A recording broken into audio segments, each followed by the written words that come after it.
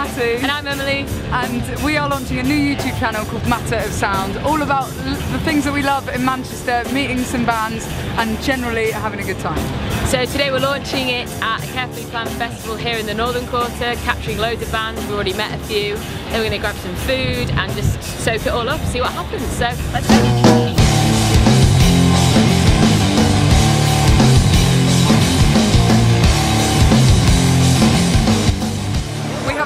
I have one ticket and Emily has another ticket. We are about to send Laurie from Songs for Walter and cameraman Liam on the big wheel to play a couple of tunes.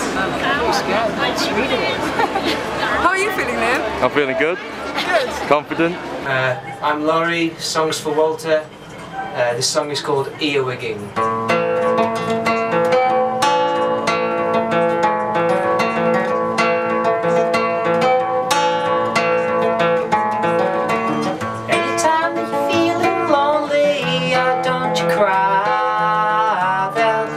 Listening in, yeah, they're right by your side. You don't ever need to worry. They've been there your whole life. They've been eavesdropping just to check you're alright.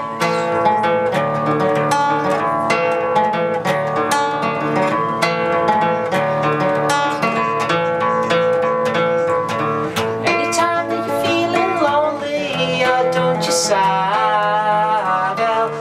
Reading your pulse just to check you're not lying. You don't ever need to worry. No smoke, no fire. They'll holding that cup, listening down the wire.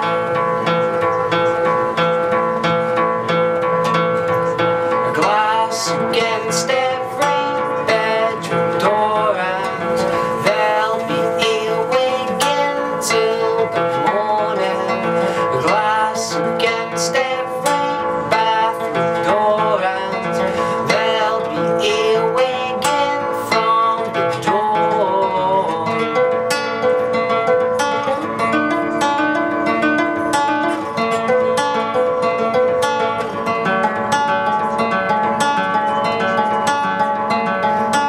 So anytime that you're feeling lonely, don't you sigh. They'll be tucking you in, kissing you goodnight. You don't ever need to worry. They'll leave on the light. They'll be watching you sleep just to check you're alright. A glass against every bedroom door, and they'll be earwigging till the morning.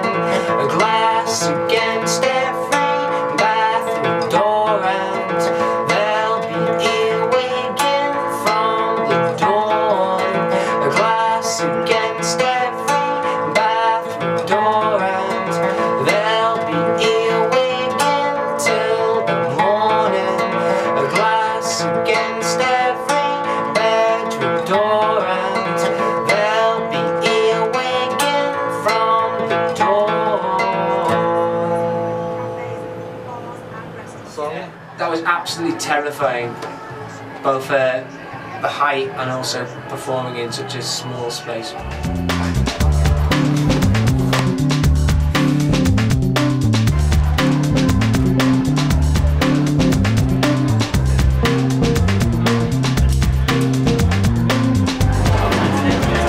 Should we see my photos there? No, anything separately? How much is it? 15 grams. Hi guys, have a nice day. Thanks, you're super.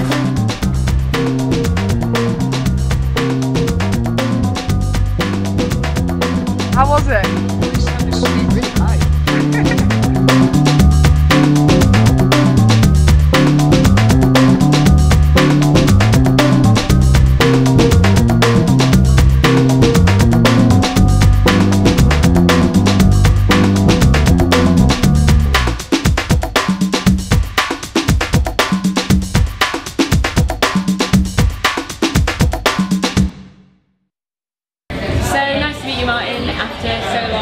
How was the gig here at Gulliver's? It was great. It's only my second time in Manchester, and got a nice appreciative, and they didn't throw anything at us, and they clapped, and it was nice. So. And you were saying off camera before how initially it's just a few people, but then it got like 50 people kind of crammed in one space. Yeah, like cool. About 6 or 7 people at the start, so I just thought I'll just do my best, and then about 50, 60 people at the end, so good feeling.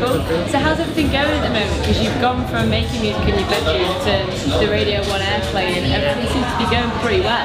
Yeah, it was a really exciting year last year. I've been from BBC producing and getting on Radio 1 for a week, and that opened like a lot of doors to new cities and new listeners, and from then I went on to make an EP, and it's actually sold out.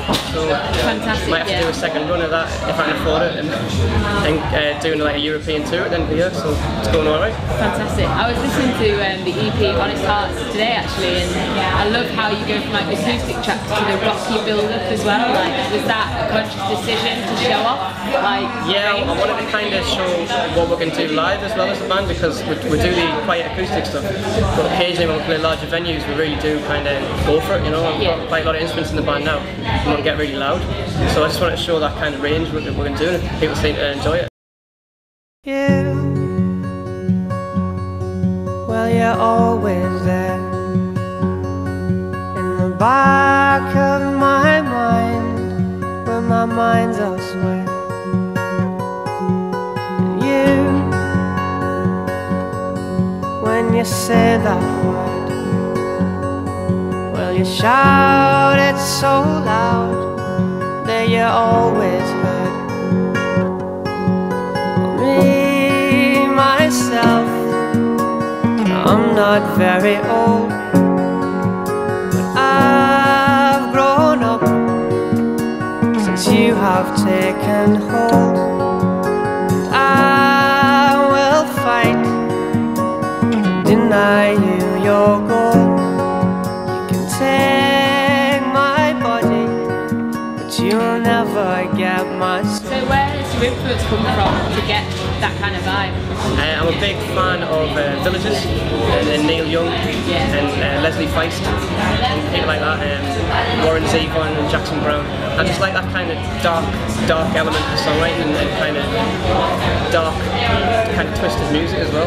Yeah. But I've got a kind of nice voice, so I like how it kind of plays off each other. Yeah.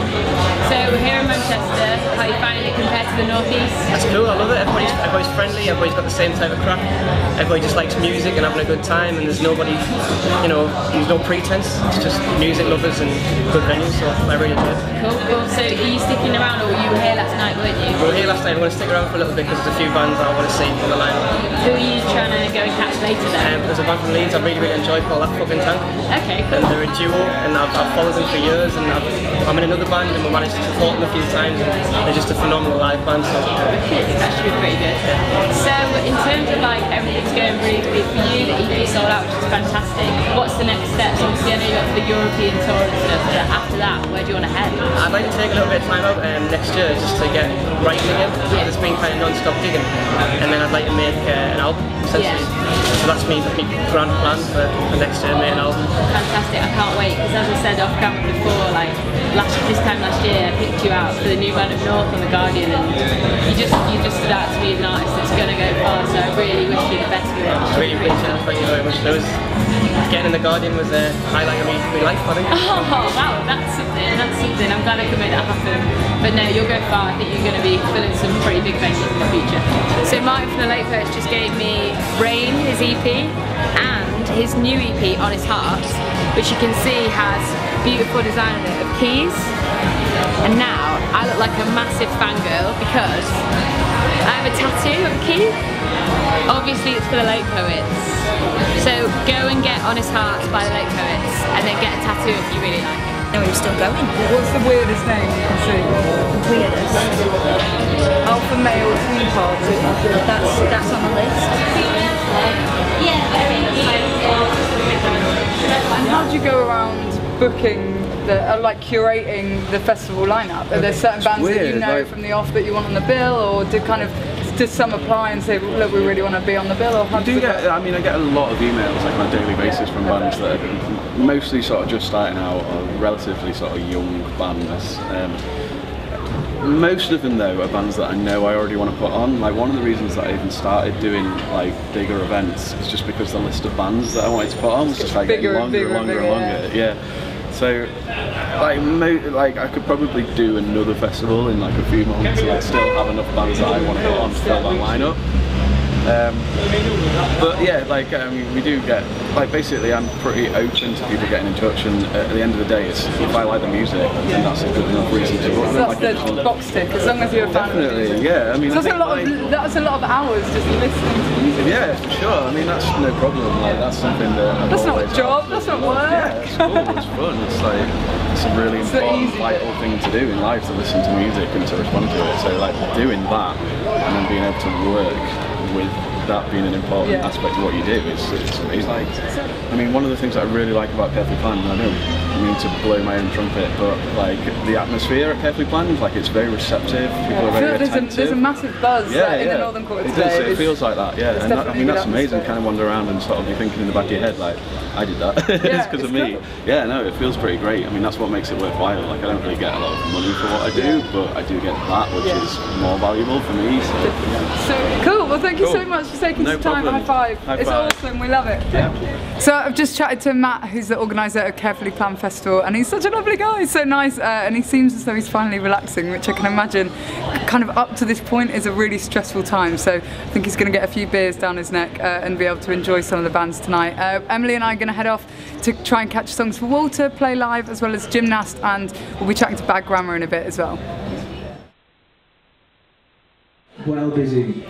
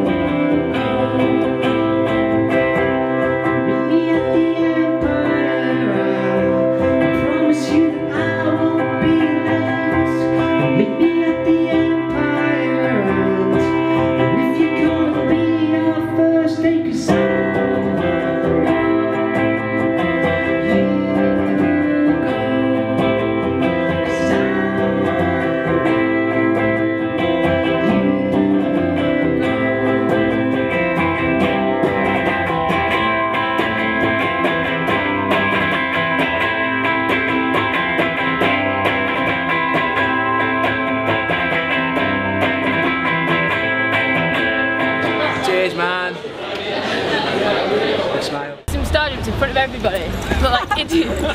My necklace is flying everywhere. Say, we'll go to 10, 9, 8.